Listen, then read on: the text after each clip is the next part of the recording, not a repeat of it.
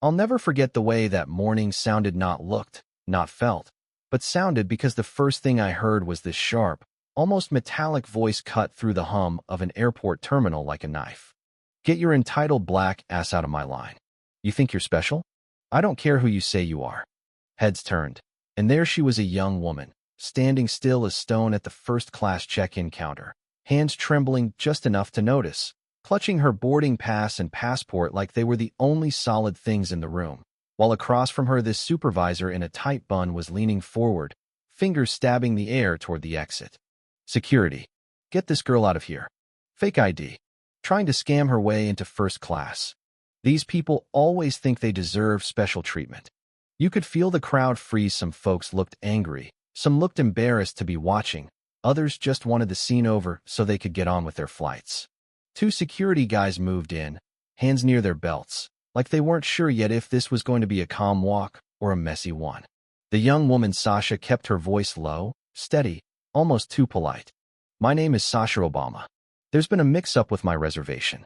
Please check the system again. And this woman in the bun just smirked. Yeah, and I'm Michelle Obama. Get her out of here before I call the cops.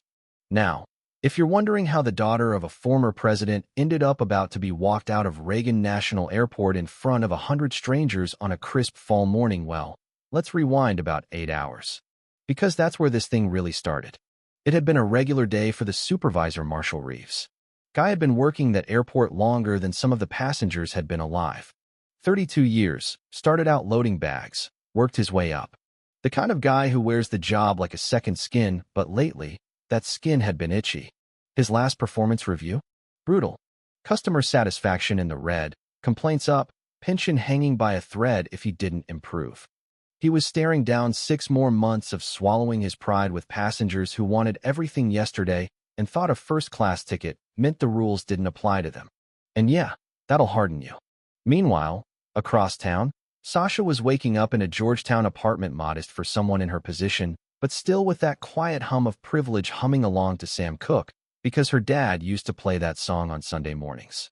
She had a big day ahead, speaking at a youth leadership conference in Chicago, not as the president's kid, but as Sasha Obama, grad student, advocate, her own person.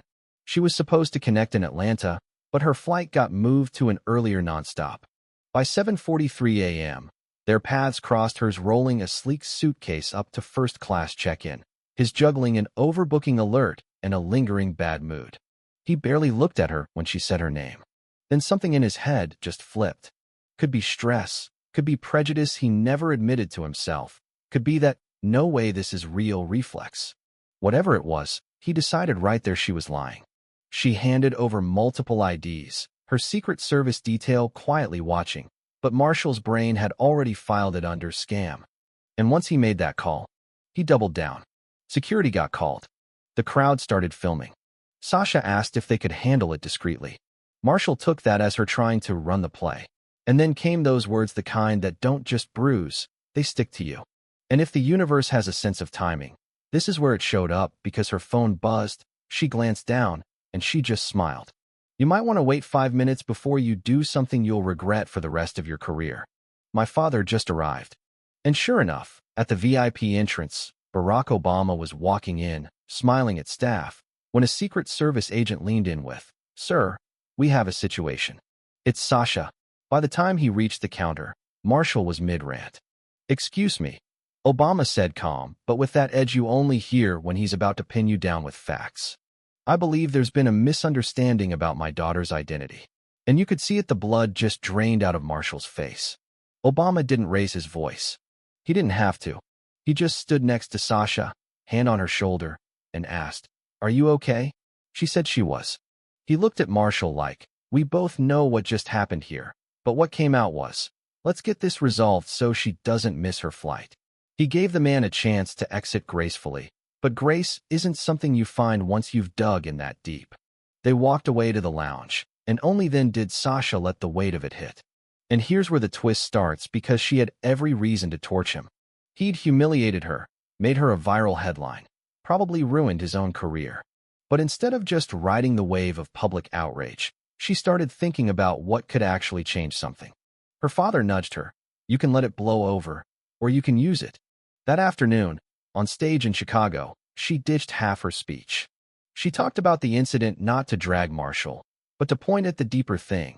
How quickly doubt becomes certainty when bias is steering the wheel. How firing one guy doesn't fix a culture.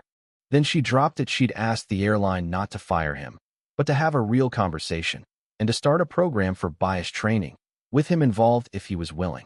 The room went silent, then erupted. A week later, they met, just the two of them, no cameras.